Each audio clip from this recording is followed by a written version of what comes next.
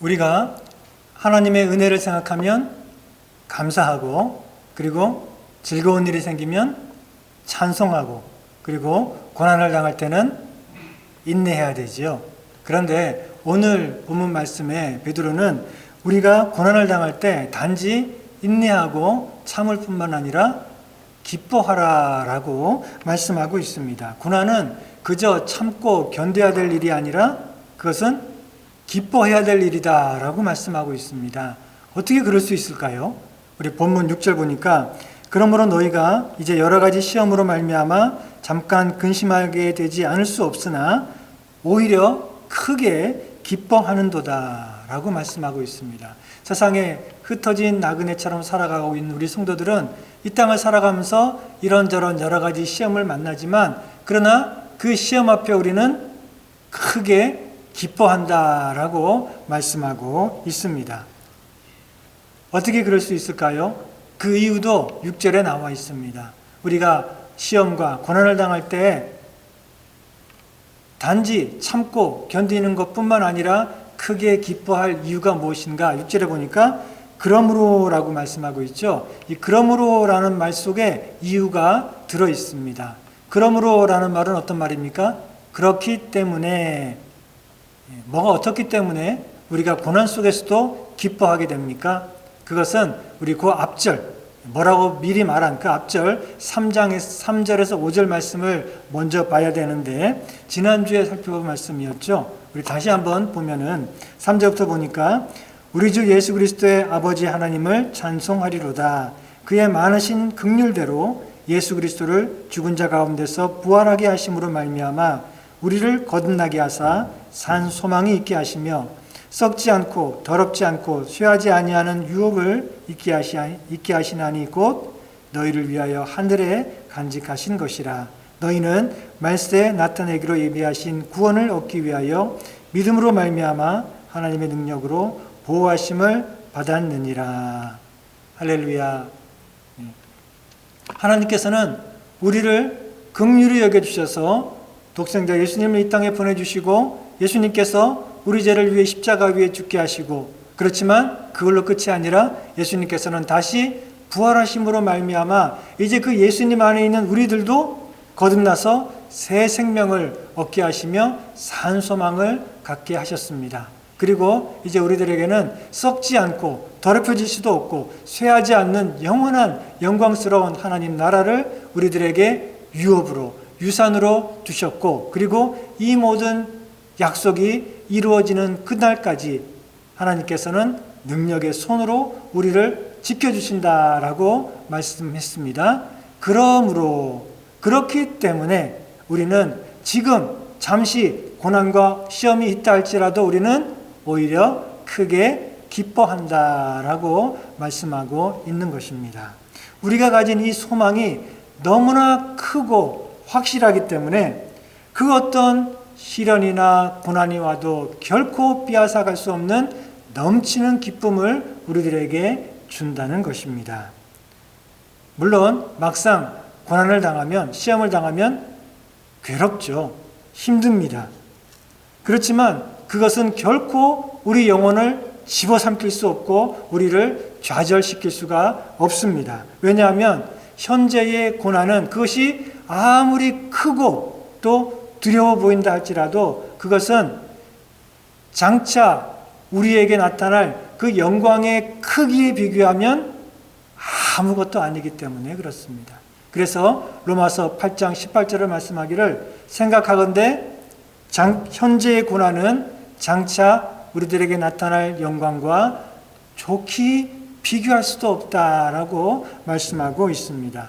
그래서 우리는 고난을 당할 때 그 고난만 보는 것이 아니라 그 고난 너머에 있는 미래의 영광을 바라보기 때문에 우리는 지금 그 고난 앞에서도 기뻐할 수 있다는 것입니다. 그런데 우리에게 이 천국의 유업에 대한 산 소망이 있고, 그리고 그 유업을 얻을 때까지 하나님의 능력의 손이 우리를 붙들어 주신다는 믿음이 있지만, 그렇기 때문에 우리가 어려움과 고난을 당할 때 참고 견딜 수는 있지만, 그것 때문에 우리가 오히려 기뻐한다라고 할 때 우리가 여러분 충분히 그게 이해가 되십니까? 우리가 소망 가운데 고난을 견딜 수는 있지만 참을 수는 있지만 시련 때문에 고난 때문에 오히려 크게 기뻐한다 하는 말은 잘 이해가 안 될 수 있습니다. 그래서 이제 본문 7절에 이어서 우리가 왜 이 시험과 또 고난 앞에서도 참을 뿐만 아니라 기뻐할 수 있는지 그 이유를 말해주고 있습니다. 자, 그런데 우리가 7절을 보기 전에 먼저 우리가 기억해야 될 일이 있습니다. 그것은 뭔가 하면 우리는 말세에 나타나기로 예비된 그 구원을 기다리고 있고 그리고 그 구원을 얻기까지 하나님의 능력의 손이 우리를 붙들어 주시지만 그러나 우리가 이 땅을 살아가는 동안에는 이런저런 여러 가지 시험과 고난을 당하게 된다는 것입니다. 그럴 때 우리에게 이런 여러 가지 시험과 고난이 올 때 우리들은 두려워하거나 놀래거나 또는 당황하지 말아야 됩니다. 그래서 베드로는 4장에 가가지고 이제 12절 13절에 이렇게 말씀합니다. 사랑하는 자들아 너희를 연단하려고 오는 불시험을 이상한 일 당하는 것 같이 이상하게 여기지 말고 오히려 즐거워하라 라고 말씀하고 있어요. 우리에게 다가오는 시험, 그것도 너무나 이 고통스럽고 무서운 시험이기 때문에 불시험이라고 얘기했네요. 이런 불시험을 당할 때 이상하게 생각하지 말라는 것입니다. 그게 뭔가 잘못된 일이 나에게 벌어지고 있는 게 아니라는 것입니다. 우리에게 큰 고난과 어려움이 올 때 뭐가 잘못됐지 하면서 당황하거나 이상하게 생각하거나 놀라지 말라는 것입니다. 왜냐하면 그것은 필요하기 때문에 하나님께서 허락하시고 또 주시는 것이다 라는 말씀입니다. 근데 왜 굳이 시험이 필요할까요? 불시험, 고통스럽고 힘든 이런 시험이 왜 굳이 우리들에게 필요할까요? 방금 읽은 말씀에 그것이 필요한 이유가 나와 있었죠. 그게 뭔가 하면은 우리를 연단하기 위해서 불같은 시험이 주어지는 것이다 라고 말씀하고 있습니다. 연단이라는 말을 다른 말로 하면은 시험입니다. 연단이라는 말은 시험이라는 말과 같은 의미를 가지고 있습니다. 그래서 시험이 오는 이유는 시험하기 위해서다. 너무 당연한 말이죠. 그런데 이것이 성경의 메시지입니다. 우리들에게 시험이 오는 이유는 뭐라고요? 시험하기 위해서 오는 것입니다. 우리가 당하는 이런 여러 가지 핍박이나 고난이나 어려움을 성경은 재앙이다라고 말하지 않습니다. 그것을 불행이다 이렇게 말하지 않습니다. 그것을 성경은 뭐라고 말합니까? 시험이라고 말씀하고 있습니다. 왜냐하면 그것은 이런 여러 가지 고난과 어려움은 우리를 테스트해서 우리를 강하게 만들기 위한 그런 시험, 그래서 꼭 필요한 시험이기 때문에 성경은 이런 여러 가지 어려움과 고난을 시험이라는 말로 표현을 하고 있습니다. 이제 본문 7절을 보면은 말씀하기를 너희 믿음의 확실함은 불로 연단하여도 없어질 금보다 더 귀하여 예수 그리스도께서 나타나실 때에 칭찬과 영광과 존귀를 얻게 할 것이니라 라고 말씀하고 있습니다. 이 뜨거운 불이 금을 연단하는 것처럼 뜨거운 시험, 불같은 시험이 우리들을 연단해서 우리들을 시험해서 우리들을 올바르고 또 순수하고 참된 믿음을 가진 사람으로 변화시키고 성장시키기 위해서 이런 시험이 우리들에게 주어지는 것이다 라고 말씀하고 있습니다. 이런 시험을 통해서 우리들의 믿음은 더 참되고 확실하고 순수한 그런 믿음이 되겠죠. 그러면 마지막 날에 우리 예수님께서 오실 때에 그런 우리들의 믿음을 보시고 우리들에게 어떻게 하신다고요? 칭찬과 영광과 존귀를 얻게 하신다라고 말씀하고 있습니다. 자, 그래서 이런 불같은 시험은 우리를 연단해서 우리가 참된 믿음을 소유한 사람으로 성장시키고 그 결과 우리 주님으로부터 칭찬과 영광과 존귀를 얻도록 하기 위한 것이니까 이것은 꼭 필요한 것이겠죠. 그래서 이런 시험이 올 때 우리들은 기뻐하고 즐거워야 된다라고 말씀하고 있는 것입니다. 불로 금을 연단하는 것처럼 이런 시험이, 불같은 시험이 우리 믿음을 연단한다 그랬는데, 이 연단하고 시험한다라고 할 때 두 가지 의미가 있습니다. 첫째, 시험은 우리 믿음을 테스트해서 그 믿음이 진짜인지 가짜인지를 드러내게 됩니다. 모든 게 다 잘 되고 어려움이 없을 때는 믿음이 있어 보입니다. 아니, 믿음이 좋아 보입니다. 그런데 어려운 일이 닥치고 문제가 닥치고 그럴 때 그만 낙심하고 좌절하고 하나님을 원망하고 그리고는 결국 믿음 없는 사람처럼 돼버리는 그런 경우들이 있습니다. 평소에는 우리가 잘 모릅니다.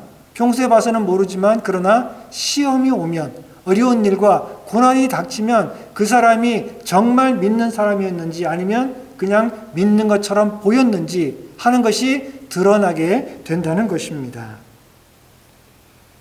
바울의 동역자 데마가 바로 그런 경우였습니다. 디모데후서 4장 10절에 보면 바울이 이렇게 말합니다. 데마는 이 세상을 사랑하여 나를 버리고 데살로니가로 가버렸고.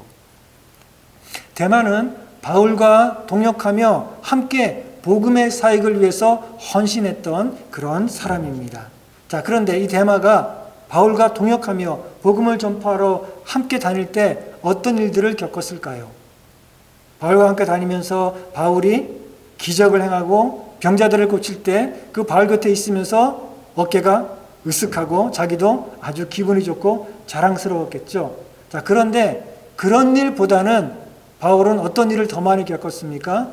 가서 복음을 전하다가 두들겨 맞고 핍박받아서 쫓겨나고 심지어는 감옥에 갇히고 죽음의 위기를 많이 겪고 그러다가 지금 어떻게 됐습니까? 이 디모데후서를 쓸 당시 이제는 저 로마의 지하 감옥에 갇혀가지고 언제 죽을지 모르는 그런 처지에 있게 되었습니다.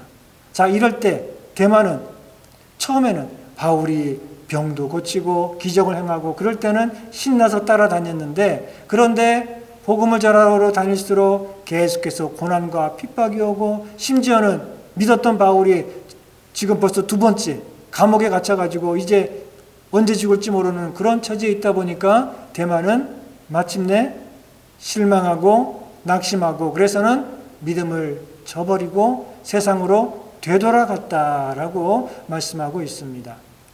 데마가 믿음이 좋았는데 어느 날 갑자기 믿음이 없어진 게 아니라 사실은 애초에 데마가 가졌던 그 믿음이 참된 믿음이 아니었기 때문에 시련이 그를 테스트할 때 그의 본 모습이 드러나는 것이다. 이렇게 볼 수 있는 것이죠. 이렇게 불같은 시험은 우리들을 테스트해서 우리가 가진 이 믿음이 진짜인지 아니면 그냥 겉으로만 믿음인지 무늬만 믿음인지 하는 것을 드러낸다는 것입니다. 시험은 불같은 시험도 있지만 달콤한 시험도 있습니다. 여러분 잘 아시는 이솝 이야기 중에 이 북풍과 태양이라는 이야기가 있죠. 북풍과 태양이 어느 날 서로 다퉜습니다. 누가 더 힘이 센지, 누가 더 강한지, 내가 더 힘이 세다 막 다투다가 땅을 내려다보니까 나그네가 들판을 지나가고 있죠. 그래서 둘이 내기를 했죠. 자, 누가 더 강한지 한번 판가름을 해보자. 저 나그네의 외투를 벗기는 사람이 아니죠. 벗기는 게 더 힘이 강하다. 그래서 내기를 했죠. 자, 그래서 이제 북풍이 그 차가운 매서운 바람을 확 불어가지고 그 외투를 날려버리려고 했는데 어떻게 됐죠? 바람이 부니까 추우니까 나그네는 외투를 더 꽁 감싸게 되죠. 바람이 아무리 불어도 나그네는 외투를 더 힘있게 싸매게 됩니다. 자, 그러니 안 되죠. 자, 북풍이 씩씩거리고 있을 때 햇빛이 태양이 등장해서 자, 그럼 내가 해볼까? 그러면서 어떻게 합니까? 따뜻한 햇살을 비치니까 점점 따뜻해지고 더워지니까 나그네가 그만 자기 손으로 외투를 벗어버리죠. 자, 누가 이겼습니까? 태양이 이긴 거죠. 예. 이 이야기 여러분도 아시지만 사탄도 압니다. 사탄도 우리 인간들이 이런 차갑고 또 매서운 고통스러운 이런 시험보다 달콤한 유혹에 더 잘 넘어간다. 사탄도 압니다. 그래서 우리들에게 때로 매서운 고통스러운 그런 시험도 주지만 우리들에게 아주 달콤한 유혹으로 우리를 넘어뜨리려고 하는 경우도 참 많습니다. 우리는 이 매서운 고통스러운 시험이든 아니면 달콤한 시험이든 절대 넘어지지 말고 믿음으로 그것을 이겨야 됩니다. 이런 시험이 올 때 고통스러운 시험이 오든지 달콤한 유혹이 오든지 그때 우리는 무슨 생각을 해야 됩니까? 아, 지금이 내 믿음이 참된 믿음인지를 보여줄 수 있는 기회구나 하면서 믿음으로 그 시험과 고난과 유혹을 이기시는 여러분들 다 되시기를 바랍니다. 시험이 우리의 믿음을 연단한다라고 하는 것은 시험이 우리 믿음을 또한 깨끗하게 정화시켜서 순수한 믿음이 되게 한다라는 의미도 있습니다. 우리 믿음은 아직은 연약해서 그 믿음 안에 여러 가지 불순물들이 들어있는 경우가 많습니다. 믿음이 있기는 있는데, 분명히 있는데, 그런데 그 믿음 안에 욕심이라고 하는 불순물이 섞여 있는 것입니다. 여러분 그런 사람 많이 보셨죠? 나는 아닌데, 다른 사람들 많이 보셨죠?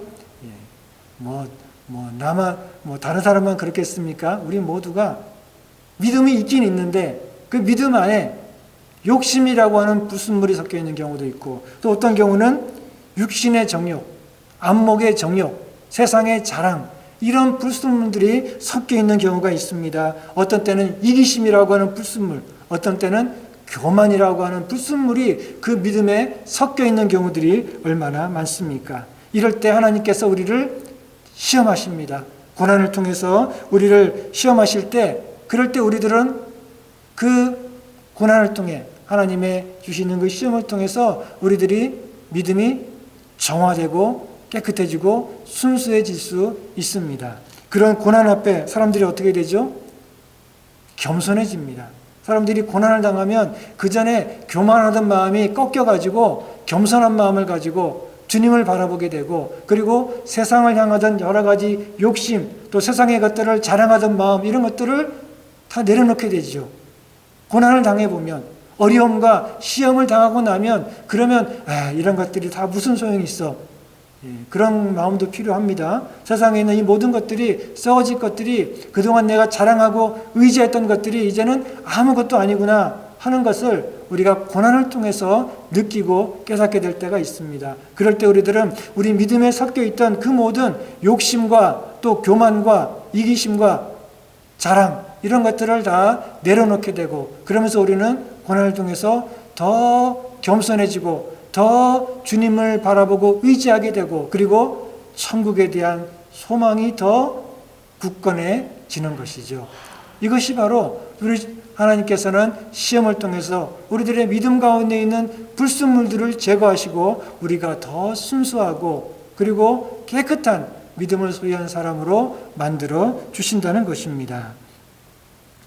불로 이 금을 연단하면 금 속에 있는 불순물들이 다 타버리고 그 금은 순금으로 변화될 수 있는 것이죠. 바로 우리들에게 주어지는 이런 시험이 우리의 믿음을 순수하고 참된 믿음으로 만들어 준다는 것입니다. 그래서 큰 고난과 또 시험을 당했던 욥이 그 고난 가운데 이렇게 고백했죠. 우리 욥기 23장 10절에 보니까 그러나 내가 가는 길을 그가 아시나니 그가 나를 단련하신 후에는 내가 순금같이 되어 나오리라.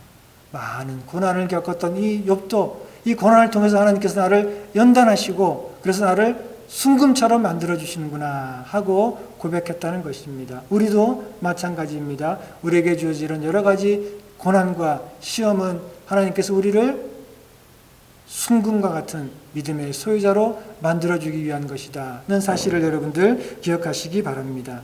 시험은 우리를 순수하게 만들지만 또한 우리를 강하게 만듭니다. 시험은 고통스럽지만 그러나 우리를 강한 사람으로 성장시켜 줍니다. 사람들이 건강하게 살기 위해서 뭘 하죠? 운동을 하죠. 여러분 운동하십니까? 좀 건강해지기 위해서 운동하는데 운동하는 거 여러분 좋습니까? 즐겁습니까? 운동 시작할 때 아이고 하기 싫고 그러다가 또 그냥 해야 되고 운동을 매일 해도 할 때마다 사실 운동이 그렇게 즐겁진 않습니다. 왜냐하면 운동은 우리 몸에 고통을 주는 거잖아요. 운동하면 힘들잖아요. 숨도 가쁘고. 그렇죠? 그래서 운동은 우리들의 몸에 스트레스를 주고 또 힘들게 만들지만 그것은 우리를 건강하게 만들고 강하게 만들죠. 예를 들면 여기 있는 근육을 이두박근이라고 하는데 이 근육을 강하게 만들려면 어떻게 해야 됩니까? 아령을 들거나 혹은 팔굽혀펴기를 하게 되죠. 자, 그러면 아령을 들거나 이렇게 팔굽혀펴기를 하면서 근육을 계속 폈다가 오므라들었다가 폈다가 오므라들었다가 반복을 하게 되면 그러면 이 안에 있는 근육이 미세하게 찢어진다라고 합니다. 그러면 고통스러운 거죠. 운동 막 하면 여기 알통 생기고 아프잖아요. 그렇죠? 운동을 하면 우리 근육이 왜 강해지냐 하면은 그 근육이 미세하게 찢어집니다. 그런데 그 다음에 우리가 단백질을 포함한 음식물을 섭취하고 쉬게 되면 그러면 그 찢어진 부분에 새살이 돋고 그러면서 근육이 더 성장하면서 커지고 강해지는 것입니다. 우리 영혼도 마찬가지입니다. 우리 영혼도 고난을 당할 때, 시험을 당할 때 괴롭습니다. 힘듭니다. 그런데 그걸 통해서 우리는 더 강한 믿음의 사람으로 성장하게 됩니다. 때로 우리가 당하는 고난과 시험이 우리의 영혼을 찢는 것 같은 그런 고통을 줄 때도 있습니다. 그러나 우리는 결코 그것에 무너지지 않을 것입니다. 하나님께서는 그런 고통을 통해서 우리가 더 성숙하고 강한 믿음의 사람으로 성장하게 만들어 주실 것입니다.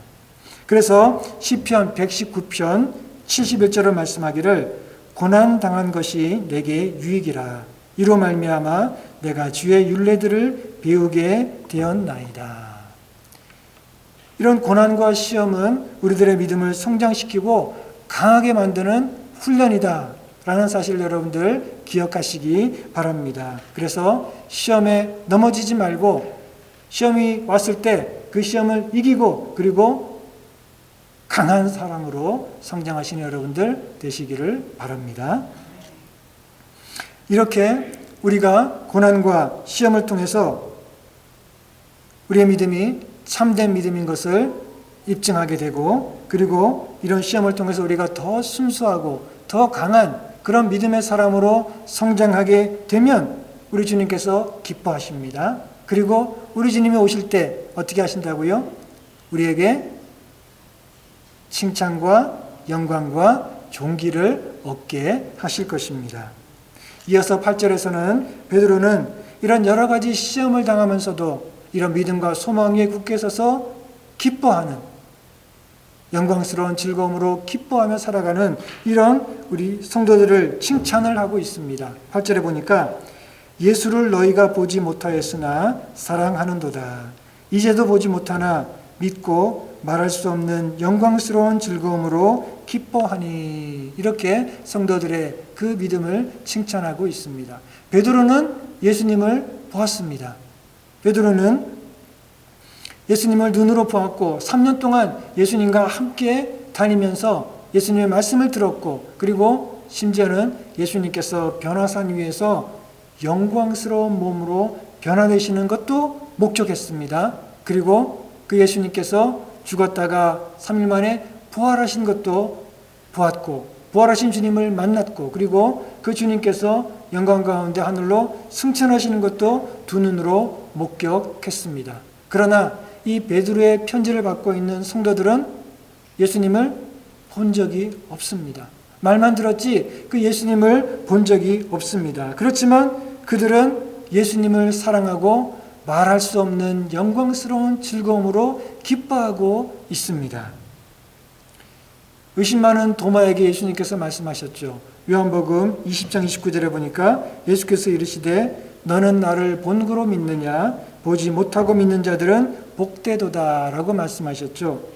자, 베드로의 편지를 받고 있는 이 성도들, 그리고 저와 여러분들은 예수님을 보지 못했지만 그러나 그 예수님을 믿고 그 예수님을 사랑하고 그리고 말로 표현할 수 없는 영광스러운 즐거움으로 기뻐하고 있습니다.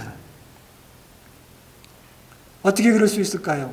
베드로는 예수님을 보았기 때문에, 그 예수님을 잘 알고 그 영광을 눈으로 목격했기 때문에 그 예수님을 위해서 목숨도 내걸고 예수님을 따라갔지만, 그러나 그 예수님을 본 적도 없는 이 성도들, 그리고 저와 여러분들이 어떻게 그 예수님을 믿고 사랑하고 그리고 그 안에서 영광스러운 즐거움으로 기뻐할 수 있을까요? 맞습니다. 그것은 예수님께서 베드로를 찾아가서 만나주신 것처럼 사실은 예수님께서는 우리들도 찾아오셨습니다. 2000년 전에 베들레헴 마옥간에 인간의 몸을 입고 이 땅에 오신 그 예수님은 부활 승천하신 다음에 오순절에 성령으로 다시 우리들을 찾아오셨습니다. 그 예수님은 제자들을 다시 찾아오신 것뿐만 아니라 이제 저와 여러분들도 찾아오셨죠. 요한복음 14장 18절부터 보면 주님께서 제자들에게 말씀하십니다. 예수님께서 이제 곧 떠나실 텐데 남겨질 이 제자들이 혹시나 낙심하고 또 좌절할까 봐 예수님께서는 제자들을 위로하시며 또 제자들에게 소망을 주기 위해서 이렇게 말씀하십니다. 내가 너희를 고아와 같이 버려두지 아니하고 너희에게로 다시 오리라. 조금 있으면, 즉 예수님께서 이제 부활하시고 승천하신 다음에는 세상은 다시 나를 보지 못할 것이로되 너희는 나를 보리니 이는 내가 살아있고 너희도 살아있겠음이니라 라고 말씀하고 있어요. 이거는 예수님께서 나중에 다시 재림하실 것이다 그 약속이 아니라, 예수님께서 하늘로 승천하셨지만 그러나 제자들을 세상에 홀로 두지 않고 예수님께서는 영으로 다시 오셨다는 것입니다. 성령은 예수 그리스도의 영이다라고 말씀하고 있죠. 성령 강림절에는 성령이 오셨죠. 그것은 예수님께서 영으로 다시 제자들을 찾아오셨다는 것입니다. 그 주님은 또한 영으로 우리들을 찾아오셔서 저와 여러분들 안에 계시는 거죠. 그 예수님은 내가 세상 끝날까지 너희와 항상 함께 있으리라 라고 약속해 주셨습니다. 그 예수님은 언젠가 다시 오시죠. 마지막 날에 영광스럽게 주님께서 다시 오실 텐데 우리는 그것을 믿고 기다리지만, 그러나 예수님은 이미 오셨습니다. 예수님은 이미 오셨고 우리 안에 지금도 살아 계시는 것이죠. 2000년 전에 갈릴리를 다니시며 복음을 전하시던 그 예수님은 지금 우리 안에 살아 계시고, 그리고 세상의 종말의 영광 가운데 다시 오실 그 예수님은 지금 이미 우리 안에 살아 계십니다. 이것이 우리가 주님을 사랑하고 말할 수 없는 영광스러운 즐거움으로 기뻐할 수 있는 이유입니다. 이어지는 구절은 이것을 이렇게 표현합니다. 너희의 믿음의 결국 곧 영혼의 구원을 받음이라. 우리가 이렇게 주님을 사랑하고 시험과 고난 속에서도 영광스러운 즐거움으로 기뻐하는 것은 믿음의 결국 곧 우리 영혼의 구원을 받고 있는 과정 속에 있기 때문에 그렇습니다. 여기 너희 영혼의 구원을 받음이라 라고 말씀했는데 이 동사는 현재형입니다. 그러니까 이 말의 뜻은 너희들이 너희 영혼의 구원을 받고 있는 중이다. 구원을 받고 있는 중이다. 그런 말씀입니다. 우리 지난주 살펴본 말씀에는 우리가 이미 구원받았고 그리고 말세에 임하기로 예비된 구원을 기다리고 있다는 사실을 살펴보았죠. 우리는 이미 구원받았지만 그러나 또한 말세에 우리들에게 영광스러운 구원이 임하게 될 것을 우리는 기다리고 있습니다. 그래서 구원은 과거, 현재, 미래의 구원이 있습니다. 과거에 우리는 예수 그리스도를 구주로 믿는 순간 구원을 받았습니다. 이것을 3절은 이렇게 표현하고 있죠. 우리를 거듭나게 하사 산 소망이 있게 하시며. 언제 거듭났습니까, 여러분들? 앞으로 거듭나야 되나요? 아니죠. 우리가 예수님을 구주로 믿고 영접하는 순간 우리는 성령으로 거듭나서 새 생명을 얻었고 구원을 받았고 우리들에게는 산 소망이 있게 되었습니다. 이제는 더 이상 죄의 권세, 지옥의 권세가 우리를 이길 수 없고 사탄은 결코 우리를 정죄할 수 없습니다. 우리는 하나님의 나라를 유업으로 받은 하나님의 자녀가 되었습니다. 이것이 과거의 구원이라면 5절은 말씀하기를 말세에 나타내기로 예비하신 구원을 얻기 위하여 그때까지 하나님께서 우리를 보호하신다라고 말씀하고 있죠. 자, 구원이 말세에 나타난다라고 했습니다. 이것은 어떤 구원입니까? 우리가 이미 구원받았다라고 했는데 그런데 왜 또 구원이 말세에 나타난다라고 말씀하고 있습니까? 자, 그 구원은 어떤 구원이라고 그랬죠? 우리가 더 이상 죄를 짓지 않는 거룩한 몸으로 변화되고 우리가 더 이상 늙지 않고 병들지 않고 죽지 않는 영광스러운 몸으로 변화되는 그 구원을 말씀한다라고 했죠. 그래서 우리는 그 마지막에 영광스러운 구원을 기다리고 있습니다. 지금은 우리가 구원받았지만 죄를 짓고 넘어질 때가 있잖아요. 그것 때문에 우리 영혼이 또 괴롭고 고통스러울 때가 있잖아요. 우리가 하나님의 영광스러운 자녀가 되었지만 우리들은 그 별거 아닌 병 때문에 고통받고 걱정하고 아파하고 그렇잖아요. 그렇지만 말세에 나타나기로 예비된 그 구원을 우리가 마침내 받게 될 때는 더 이상 죄가 우리를 넘어뜨리지 못하고 더 이상 육신의 고통이나 죽음의 고통이 우리를 괴롭힐 수 없는 그런 영광스러운 몸으로 구원을 받게 된다는 것입니다. 그리고 현재 우리는 구원을 받아가는 과정 속에 있습니다.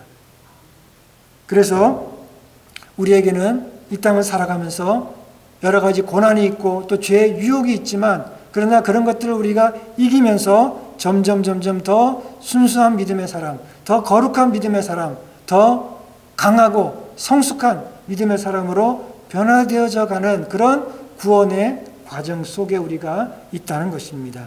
그래서 빌립보서 2장 12절을 말씀하죠. 그러므로 나의 사랑하는 자들아 너희가 나 있을 때뿐 아니라 더욱 지금 나 없을 때에도 항상 복종하여 두렵고 떨림으로 너희 구원을 이루어 가라라고 말씀하고 있습니다. 이것이 현재의 구원을 말씀하고 있는 것이죠. 여기서 두렵고 떨림으로 너희 구원을 이루어 가라라고 말씀한다고 해서 우리가 구원받지 못할까 봐 지금 나는 구원받은 줄 알았는데 혹시나 내가 잘못해가지고 나중에 구원받지 못할까 봐 두렵고 떨리는 마음으로 조마조마한 마음으로 그렇게 믿음 생활을 열심히 해야 된다. 그런 의미가 아니라 그랬죠. 여기서 두렵고 떨림이라는 것은 우리가 이미 구원받아서 하나님의 자녀가 되었지만 그러나 지금 우리의 모습을 하나님의 거룩하심 앞에 비춰본다면 우리는 여전히 더럽고 추악한 죄인입니다.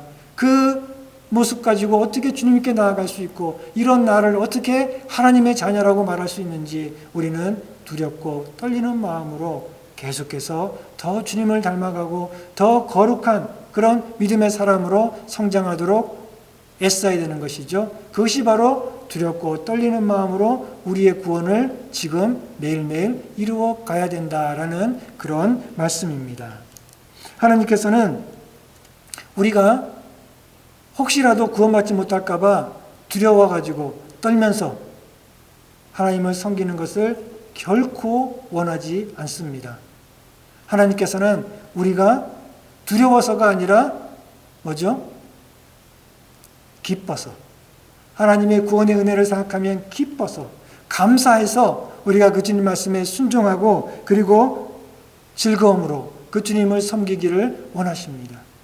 우리는 하나님의 그 심판이 두려워서 그냥 하고 싶은 것도 안 하고 참고 믿음으로 살려고 애쓰고 그러는 것이 아니라, 그런 두려움이 아니라 하나님께서 이미 우리를 구원하셨기 때문에 그 구원의 은혜에 대한 기쁨과 감사로 우리가 매일매일 기쁘게 순종하며 살아가게 된다는 것입니다.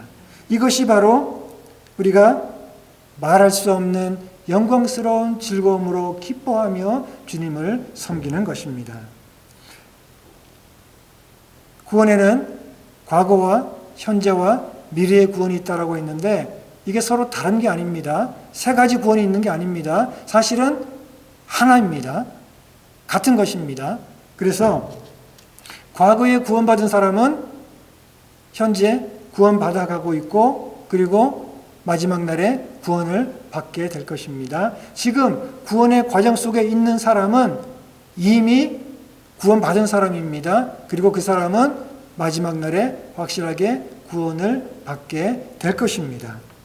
그러니까 우리는 혹시라도 구원에서 제외될까봐, 떨어질까봐 두려워하는 그런 마음이 아니라 오늘 본문 8절, 9절 말씀대로 우리는 믿음의 결국 곧 우리 영혼의 구원을 받았고 그리고 지금 받고 있고 그리고 말세에 영광스러운 구원을 받을 것이기 때문에 우리는 그것을 기억하며 영광스러운 즐거움 가운데 기뻐하며 주님을 섬겨야 됩니다.